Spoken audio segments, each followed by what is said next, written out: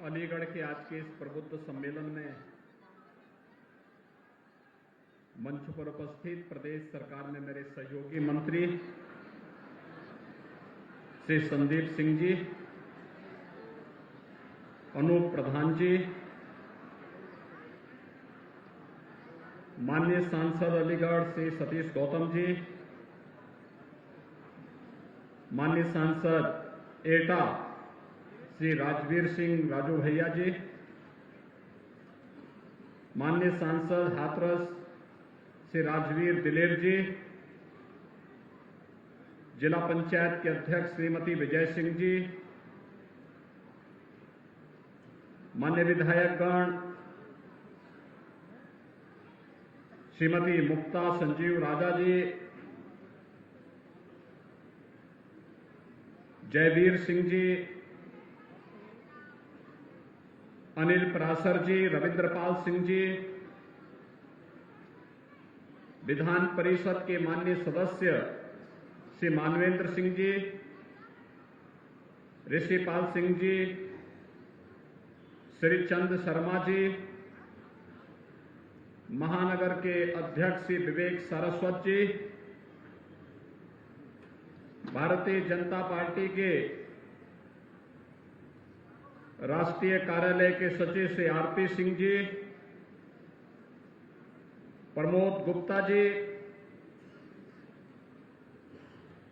पूर्व विधायक श्री संजीव राजा जी और आज के इस प्रबुद्ध सम्मेलन में उपस्थित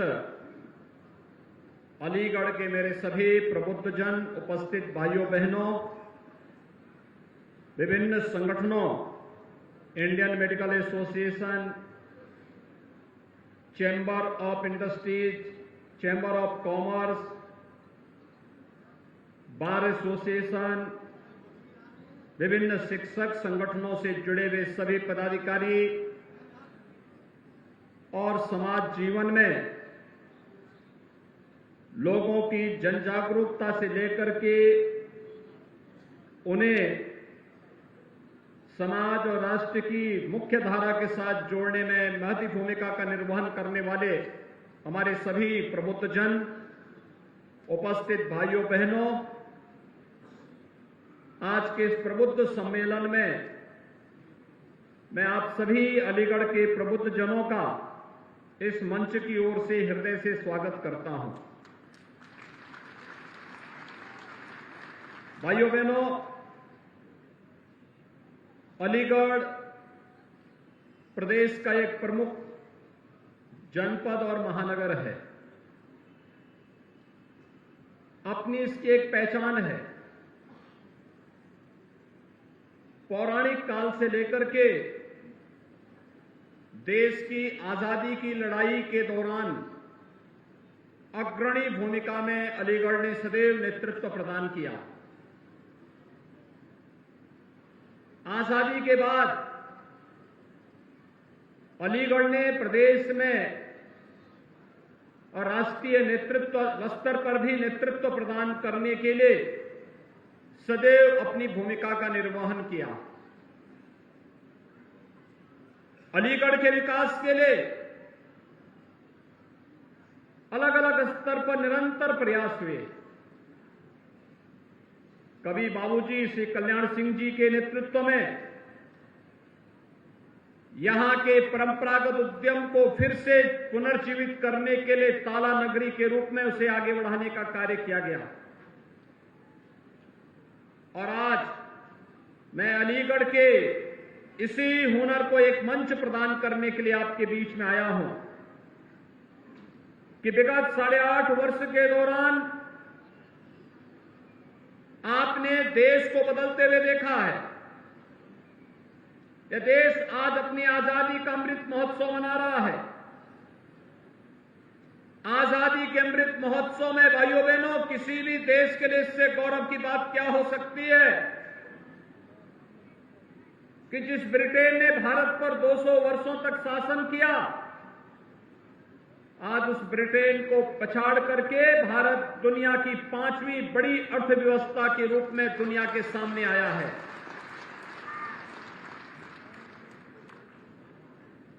दुनिया के वे 20 बड़े देश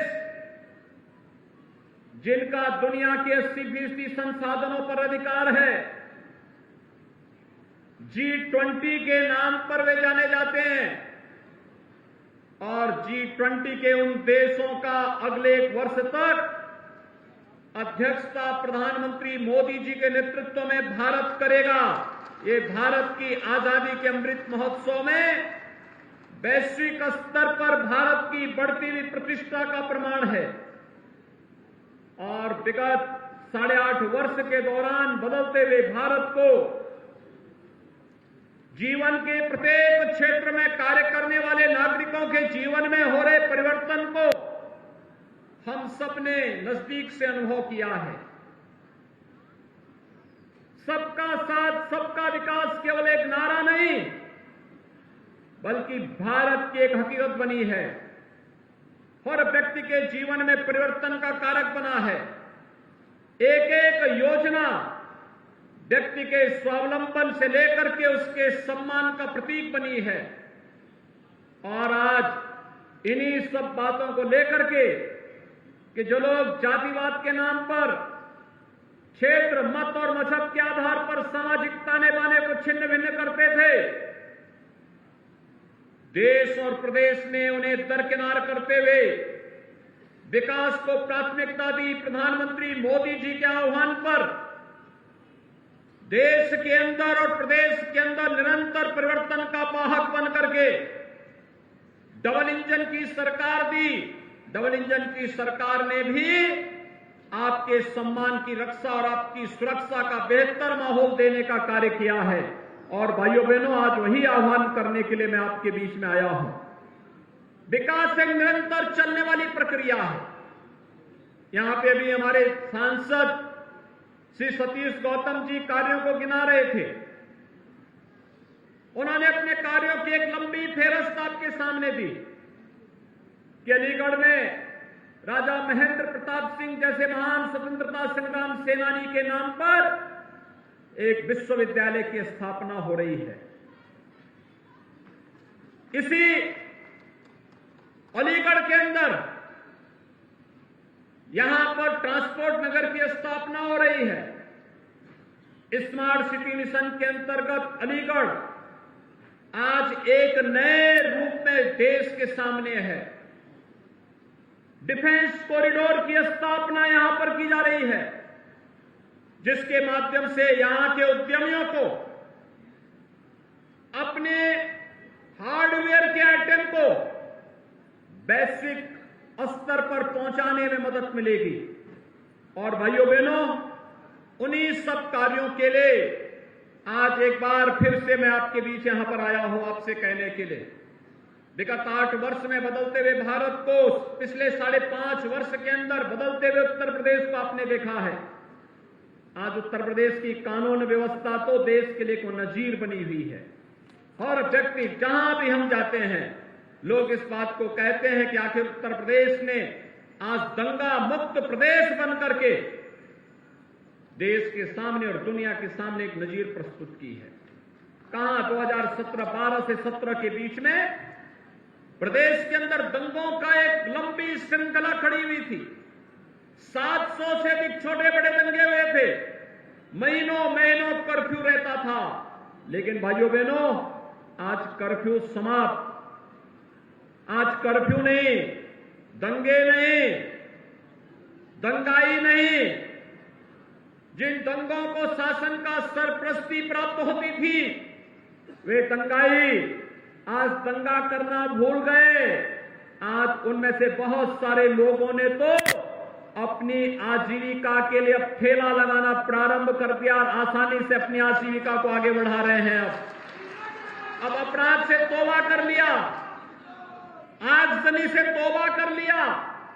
ये नया प्रदेश है जो मेहनत से हर व्यक्ति को सम्मान के साथ जीने का अधिकार तो देता है, लेकिन जबरन किसी गरीब, किसी निरीह, किसी व्यापारी और किसी राह चलते हुए राहगीर को या किसी बहन बेटी को के साथ अगर किसी ने दुस्साहस करने का प्रयास किया, तो आज उसका जीना हराम जरूर कर देते हैं। और यही तो नया उत्तर प्रदेश है। आज नए उत्तर प्रदेश में आस्था का सम्मान भी है, इंफ्रास्ट्रक्चर डेवलपमेंट के बड़े बड़े कार्य हो रहे हैं। देश का सबसे बड़ा एयरपोर्ट यहीं पे जेवर में बन रहा है और देश का सबसे बड़ा एक्सप्रेसवे गंगा एक्सप्रेसवे भी यहीं से होकर के जा रहा है। भाइयों बहनों, स्मार्ट सिटी मिशन के अंतर्गत याद करिए, इससे पहले हमारे नगरीय क्षेत्रों में स्वच्छता की क्या स्थिति होती थी? गंदगी होती थी, कूड़ा जगह जगह गिरा रहता था। कोई आता था, देख करके वह बड़ा खराब संदेश लेकर जाता था। लेकिन पहले से काफी सुधार हुआ है। अगर पिछली बार अलीगढ़ में भारतीय जनता पार्टी का बोर्ड बना होता तो अलीगढ़ में भी भाइयों बहनों स्वच्छता की रैंकिंग में वैसे ही स्थान अलीगढ़ को भी प्राप्त होता जैसे गाजियाबाद को प्राप्त हो गया, लखनऊ को, वाराणसी को, गोरखपुर को प्राप्त हो गया, आगरा को प्राप्त हो गया। ऐसे ही रैंकिंग में हम भी अलीगढ़ को भी आगे बढ़ा सकते थे। कार्य हुआ, लेकिन उसके साथ एक टीम वर्क कार्य करती है। आज प्रदेश और केंद्र में एक विचारधारा की सरकार है तो योजनाओं को आसानी से लाने में मदद मिल जाती है। हमने योजनाओं में तो भेदभाव नहीं किया। कोरोना कालखंड आपके सामने उदाहरण है। कोई भी बीमार रहा होगा, फ्री टेस्ट सबका है। उसकी जाति, उसका मत, उसका मजहब, उसका क्षेत्र, उसका भाषा नहीं देखी गई। कोई व्यक्ति रहा हो, उस व्यक्ति को फ्री में उपचार की सुविधा दी गई, उसको फ्री में वैक्सीन दिया गया, फ्री में राशन की सुविधा दी गई और हर पात्र व्यक्ति को आवास की सुविधा भी उपलब्ध करवाने का कार्य किया। प्रधानमंत्री आवास योजना हो या मुख्यमंत्री आवास योजना, उज्ज्वला योजना के रसोई गैस के कनेक्शन हो या फिर घर में सौभाग्य योजना के अंतर्गत दी जाने वाले विद्युत के फ्री में कनेक्शन की सुविधा, आयुष्मान भारत का कार्ड हो या स्ट्रीट वेंडर को ब्याज फ्री लोन की सुविधा, पीएम स्वनिधि योजना के अंतर्गत, स्वामित्व योजना के अंतर्गत जहां पे घर है उस गांव में उस जमीन का मालिकाना अधिकार भी देने का कार्य कोई कर रहा है जो डबल इंजन की सरकार कर रही है। और इसलिए भाइयों बहनों, मैं आज आप सभी प्रबुद्ध जनों से यही अपील करने के लिए आया हूं। आपने परिवर्तन की बाहर डबल इंजन की सरकार को देखा है और जब स्थानीय निकाय की संस्थाओं में भी डबल इंजन की सरकार से जुड़ी हुई ही स्थानीय सरकार आएगी भाइयों बहनों, तो ये परिवर्तन जनता की बुनियादी सुविधाओं को प्राप्त करने के लिए जाती है। खासतौर पर सड़क है, बिजली है, स्वच्छता का है, स्ट्रीट लाइट का है।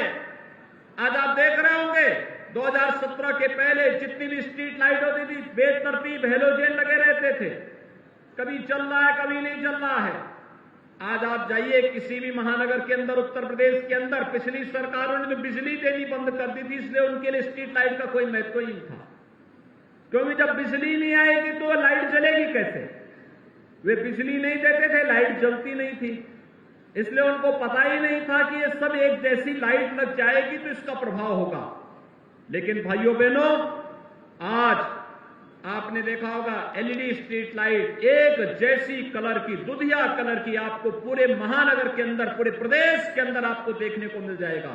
और अब केवल बड़े बड़े महानगर ही नहीं, छोटे छोटे नगरों में भी और गांवों में भी एलईडी स्ट्रीट लाइट दिखाई दे रही है। इसकी सबसे बड़ी बात क्या है? इसमें न केंद्र को पैसा देना पड़ा, न राज्य को पैसा देना पड़ा, न स्थानीय निकाय की संस्था को पैसा देना पड़ा। ये बिजली की जो बचत हुई हेलोजन से, उस पैसे से, बचत पैसे से ये लाइट लगी हुई है। यानी आम के आम और गुठली के भी दाम। यही है, हम पैसे बचत भी करते हैं, जनता को बेहतर सुविधा भी देते हैं। और यही तो कार्य है जो स्मार्ट सिटी मिशन के अंतर्गत हम नगरीय क्षेत्रों में एलईडी स्ट्रीट लाइट के माध्यम से जो कार्य हुआ, पटरी व्यवसायियों को कोई पूछता ही नहीं था। पहली बार पीएम स्वनिधि बनी, प्रधानमंत्री मोदी जी ने देश के अंदर 1 करोड़ से अधिक पटरी व्यवसायियों के हितों के लिए पीएम स्वनिधि योजना के अंतर्गत ब्याज फ्री लोन की सुविधा दी और डिजिटल पेमेंट के साथ उन्हें जोड़ करके उनके जीवन को बेहतर बनाने का कार्य किया। कोई सोचता था गरीबों के लिए आवास मिलेगा? अब तक हम उत्तर प्रदेश में ग्रामीण और शहरी क्षेत्र में 45 लाख गरीबों को हम आवास उपलब्ध करा चुके हैं। 2 करोड़ 70 लाख गरीबों को शौचालय उपलब्ध करवा चुके हैं। और भाइयों बहनों, अभी आपने कल परसों पढ़ा होगा, 8,62,000 से अधिक आवास फिर से आ गए हैं, जिसे हम गरीबों को वितरण करने जा रहे हैं। यानी हर गरीब को सिर ढकने के लिए छत उपलब्ध कराने का पुख्ता व्यवस्था ये भी किया गया है। 2 करोड़ युवाओं के लिए स्मार्टफोन और टैबलेट उपलब्ध करवाए जा रहे हैं। ये नौजवानों को उत्तर प्रदेश के केवल सिटी ही स्मार्ट नहीं होगी, हमारा युवा भी स्मार्ट होगा और उस युवा स्मार्ट नौजवान के लिए टैबलेट और स्मार्टफोन की व्यवस्था के साथ साथ उसके कैरियर काउंसलिंग के लिए भी व्यवस्थाएं की जा रही हैं। अभ्युदय कोचिंग की व्यवस्था हर एक जनपद के अंदर फ्री में, और इस बार तो अभ्युदय कोचिंग में उत्तर प्रदेश पीसीएस की जो परीक्षा संपन्न हुई उसमें 43 नौजवान केवल अभ्युदय कोचिंग में जिन्होंने कोचिंग की थी वहां से वो उनका सिलेक्शन हो गया। यानी आप देख रहे होंगे आज नौकरी के लिए सिपाही खानदान वसूली के लिए नहीं आ सकता है, नहीं तो पूरा खानदान महाभारत के सभी रिश्ते निकल पड़ते थे। कहीं चाचा जाता था, कहीं भतीजा जाता था, कहीं कोई और जाता था और पूरे प्रदेश में नौकरी के नाम पर वसूली करते थे। आज भाइयों बहनों, उनकी छुट्टी। आज तो प्रदेश के नौजवान को, उत्तर प्रदेश के नौजवान को नौकरी के लिए परेशान नहीं होना पड़ता है। 5 लाख नौजवानों को सरकारी नौकरी दे चुके हैं।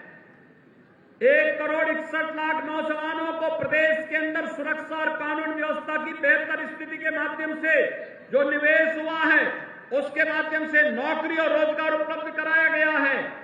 और बैंकों के साथ तालमेल करके 60 लाख नौजवानों और उद्यमियों को हमने प्रदेश के अंदर स्वतः रोजगार के साथ जोड़ने का काम भी किया है। ये निरंतर चल रहा है।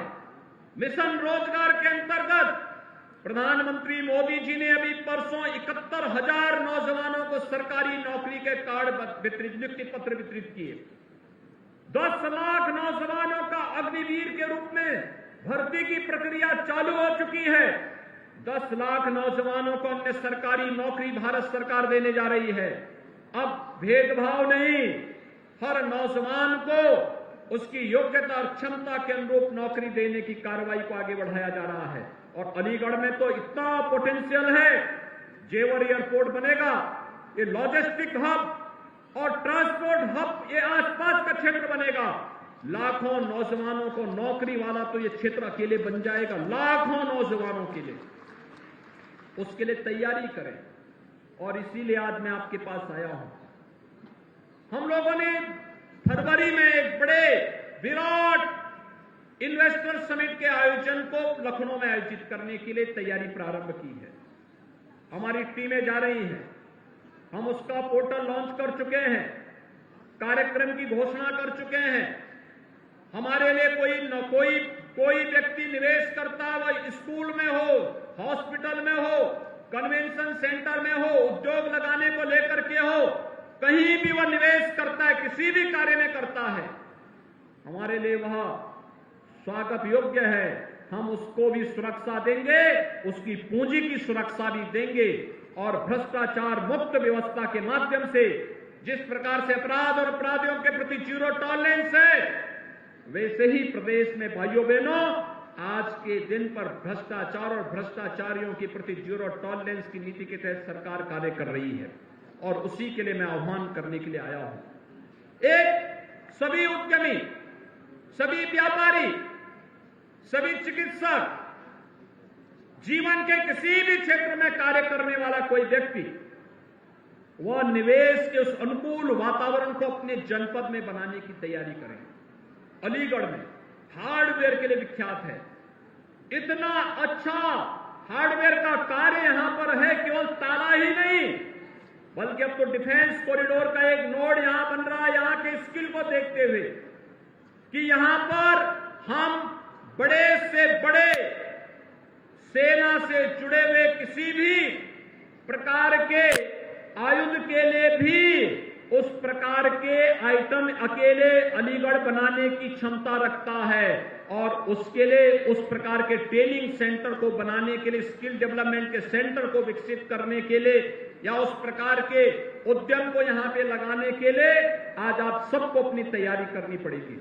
हम लोगों ने यहां पे जो राजा महेंद्र प्रताप सिंह विश्वविद्यालय बना रहे हैं उसका सत्र यद्यपि प्रारंभ हो गया, लेकिन विश्वविद्यालय जब अपने भवन में जाएगा इस वर्ष के अंत में, तो भाइयों बहनों मैं आपका आह्वान करूंगा कि विश्वविद्यालय में हम डिफेंस स्टडीज का भी एक अलग से कोर्स पाठ्यक्रम वहां पे प्रारंभ करने जा रहे हैं और इसीलिए मैं आपसे आह्वान करूंगा कि हम लोग अभी से अपने आप को तैयार करें और इसके लिए आवश्यक होगा, आपने केंद्र और राज्य सरकार को देखा है, स्थानीय निकाय संस्थाओं में भी जनता की बुनियादी सुविधाओं के लिए अगर हम व्यवसाय के लिए सुगमता के लिए अच्छी कानून व्यवस्था दे रहे हैं, हमने वहां पर निवेश मित्र पोर्टल दे दिया है, इंसेंटिव के लिए भी हमने एक पोर्टल बना दिया है, तो भाइयों बहनों हर व्यक्ति के जीवन में बुनियादी सुविधाओं से उसे आच्छादित करने के लिए, ईज ऑफ लिविंग के लक्ष्य को प्राप्त करने के लिए भी हम लोगों को प्रयास करना चाहिए और इसके लिए राज्य और केंद्र की सरकार के साथ जब स्थानीय निकाय की संस्थाओं में उसी विचारधारा की स्थानीय बोर्ड गठित होगा तो भाइयों बहनों इसे प्राप्त करने में और प्रदान करने में भी और आसानी हो सकती है और इसी के लिए आह्वान करने के लिए आज मैं अलीगढ़ में आया हूं। मुझे पूरा विश्वास है कि 1 महीने पहले तो मैं आया ही था, लेकिन प्रबुद्ध जनों के साथ सीधे संवाद हो सके इसके लिए आपका आह्वान करने के लिए मैं आया हूं कि आप सभी लोग मिलकर के इन सभी संस्थाओं के कार्यक्रमों को और आसान बनाने के लिए अपने स्तर पर प्रयास करें। आज यहां पर लगभग 76 करोड़ रुपए की कुछ परियोजनाओं का लोकार्पण और शिलान्यास का कार्यक्रम भी संपन्न हुआ है। मैं इसके लिए अलीगढ़ वासियों को हृदय से बधाई देता हूं, जनप्रतिनिधियों को धन्यवाद देता हूं कि उनके प्रयास से सभी कार्यक्रम आगे बढ़ रहे हैं। मैं एक बार फिर से आज के इस प्रबुद्ध सम्मेलन में अलीगढ़ के सभी प्रबुद्ध जनों का अभिनंदन करते हुए उनका आह्वान करूंगा कि वे डबल इंजन सरकार के इस विजन को और इस मिशन को आम जन तक पहुंचाने में अपना योगदान दें और अलीगढ़ को विकास के एक नए उभरते हुए गंतव्य के रूप में देश के सामने प्रस्तुत करने में अपना योगदान दें। इस विश्वास के साथ इस प्रबुद्ध सम्मेलन में मैं आप सबके प्रति अपनी शुभकामनाएं देता हूं। धन्यवाद। जय हिंद। बहुत बहुत धन्यवाद माननीय मुख्यमंत्री महोदय। मैं राजवीर सिंह दिलेर सांसद हाथरस से आग्रह करूंगा कि ये ODOS एक जनपद एक उत्पाद के तहत ये